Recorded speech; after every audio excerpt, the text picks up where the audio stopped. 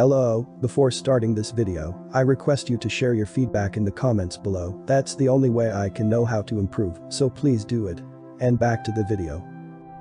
Hey guys, I found something in the woods near my house. It's an older leather-bound journal of sorts. Reading it was surreal. I'm going to transcribe it here for everyone. If people like it, I may transcribe more for you all. Here goes. I'm not sure if anyone will ever read this. Honestly, even if someone did read this, they would likely pass it off as just another creepypasta. Call this a journal, call it a confession, call it whatever you like. For me, this is a way to cope with some of the things I've seen and done. Perhaps the beginning is the best place to start. I lead a normal life up until my 23rd birthday. I was only concerned about going to the bar on the weekend and whether the Oilers would win their next game.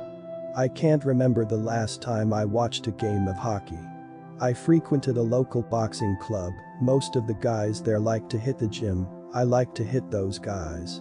It brought me a sense of vindication, of power. Huge muscle-bound gym freaks were always so cocky, stepping into the ring sure of their victory simply because they were strong. I was not an imposing figure myself. That might be partly why they always looked so sure. When the fight would start, I considered my opponent as prey, something to be hunted.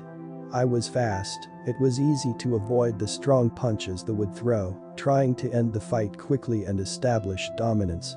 Duck, bob left, fake right, dodge left, circle, work on the ribs, back off.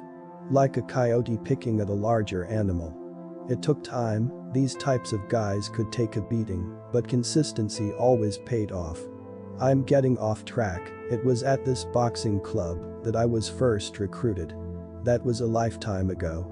After a particularly long fight with a particularly stubborn opponent, I was toweling the sweat from my face, careful to avoid antagonizing the bruise welling around my left eye. Hey, I said they were easy to take down, not that I was invincible. Anyway, this guy clearly did not belong here. A suit and tie, briefcase, black glasses. I thought maybe he was a scout looking for a fighter. I guess I wasn't far off. The man did offer me a job. He just called it a hunting job. He couldn't tell me much about the specifics, saying it was need to know, and unless I signed I didn't need to know. There was a waiver. I read this carefully. It was very vague, but clearly indicated the job could result in my immortality. This gave me pause, but the six-figure salary pushed my doubts away. This was more money than I had dreamed of making. I couldn't turn it down. My first months were training, not just physical but also mental. Let me tell you, I thought this was some joke for a TV show or something. I kept expecting people to burst out laughing, cameras in my face, saying how they had got me. Half of my day was studying in a tiny classroom with a handful of other recruits. The other half was physical training, stretching, cardio, strength training, obstacles, stretching. It was grueling, but the vetting process must have been thorough. No one dropped out. Even the guys who were clearly past breaking somehow managed to dig deep and pull through whatever physical torture they could lump on us. I guess mental determination was as important as physical ability when scouting new recruits. The studying was what really made me believe this was all some TV show. Our first day we learned about werewolves. I shit you not, fucking werewolves. Each day we learned about something new, vampires, skinwalkers, mermaids, even dragons. Unreal. None of it seemed like it could possibly be reality until after the first month. We got to see a real cryptid. They explained that this one was called a haunter, a catch from a recent hunt. It was our first hands-on experience. Haunters aren't too bad. It's a physical manifestation of greed. They can turn invisible, which makes them a pain to track. Once you manage to track them though, it's game over. I remember looking into that cage, seeing nothing. The instructor tossed a gold coin into the cage which we all watched levitate and then disappear. Another gold coin was held out, a short distance from the cage. It rattled as if something was trying to get out, and then we saw it. Incorporeal at first, it seemed to just fade into existence from the emptiness of the cage. It had no legs and just kind of hovered, bobbing in the space. It had these piercing yellow eyes. They looked like cat's eyes. Two disembodied hands were reaching between the bars for the gold coin, grasping. We watched as the instructor tossed it towards the creature who snagged it midair and deposited it into the wide grinning maw. Haunters usually make a lair for themselves, like a Hollywood dragon hoard. It will be piled with currency, coins, gold, baubles and people. You see, haunters feed on the greediest of souls. They are drawn to them like a magnet. They stalk around invisibly, and when they find someone who is particularly greedy, they literally haunt them. Something about their presence sends a person's greed into overdrive. The haunter will whisper thoughts to the victim, describing where a hoard of gold, silver and all the money you can eat can be found. It will implant images into the victim's head, showing them the path to a glittering stash. Eventually the victim will succumb, seeking out this supposed boon for themselves, usually in a cave. Once they enter it is too late. Have you ever seen a moth enthralled by a light? It is kinda like that. The victim just stands there unblinking, like a statue. We aren't sure how the haunter feeds, just that eventually the victim will die, seemingly from malnourishment, something that would normally take weeks. For the victim this happens in about 24 hours, and then they just collapse. Corpses will line the lair, desiccated, looking like so many cancer victims. If you've seen someone with cancer, emaciated and barely alive, you'll know what I'm talking about. Anyway, this was my first real encounter, when I knew it wasn't some bloated TV show dragging things on for others' amusement. It was at this point I was glad I had played along, dutifully taking notes and actually studying the material we had been given. The training up till this point had covered most of the Hollywood monsters like the ones listed above. After the demonstration with the haunter we started to learn about other cryptids that weren't as well known. Things like the Diabola, Longcat, Dopes and Whiskers. If anyone manages to find this, you likely won't know what these are. Stick with this text long enough and you might learn about them. By this point I've hunted and fought most all of them. After training was over, we were each assigned a town or city as a base of operations. Everyone was given a dossier with the information we would need. Local contacts, mostly other hunters, arms dealers, and a safe house. I was assigned to Cold Lake, Alberta, a small town north of Edmonton. Hard to believe it, but cryptids live closer to humanity than anyone could realize. Hunters are the ones who maintain that line of separation, keeping the monsters from under your bed and the boogeymen out of your closet. My safe house was located just outside of town, likely to keep away most prying eyes. I can't imagine that locals would react well to seeing some of the creatures I've brought home being unloaded from the back of my truck. I am not going to include specific details on locations of safe houses and dealers, for obvious reasons. While I am writing this for myself, if it ever did get out to the public, these locations need to be safeguarded. As a fresh recruit I wasn't allowed to take on hunts alone yet. I was to be accompanied by a local hunter at least until I had demonstrated a firm understanding of the dangers of the job and protocols around keeping the public unaware. I guess the organization I worked for wanted to protect their investment.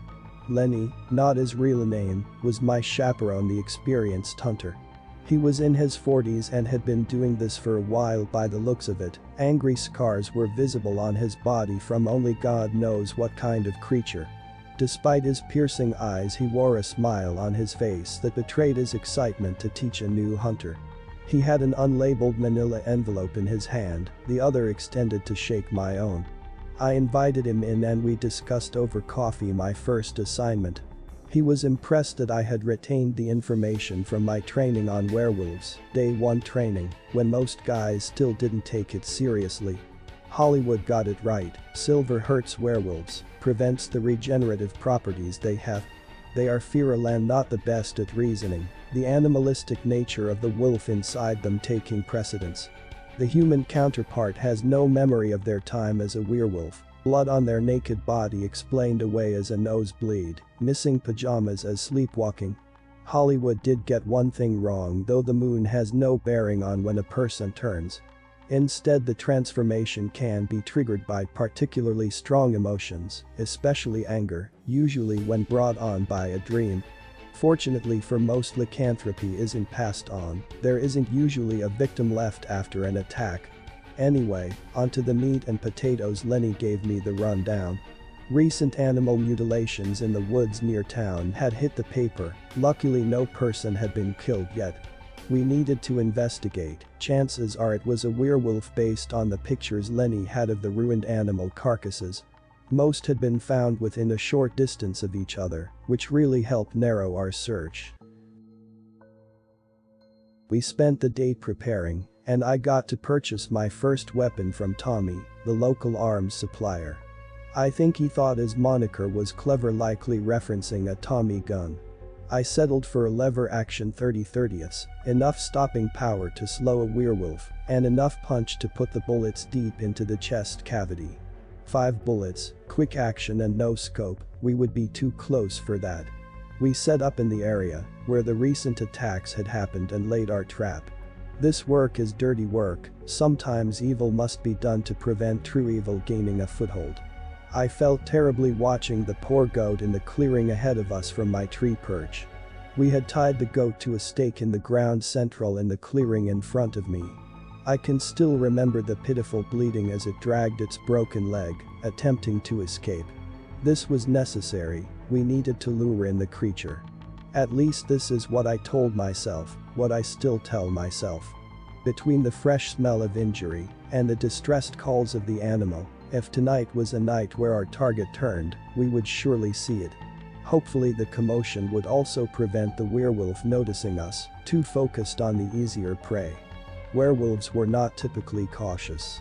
As I scanned the opposite end of the clearing for Lenny, who was likewise in a tree stand, my attention was drawn to the left of the clearing. A terrible crashing of brush echoed as I saw a blur of fur that covered the 40 or so feet to the goat in a second. Thankfully the bleeding had stopped, now it was replaced by the sound of flesh ripping and tendons tearing. I was shocked into stunned silence for a second at the sheer ferocity of the creature. Truly the text had not done a good enough job of conveying the brutality contained in a single creature. Several loud reports echoed through the clearing as Lenny took his shot and revealed himself. He had elected to bring an M4 rifle with selector for single burst and auto, strapping a sawed-off shotgun to his leg.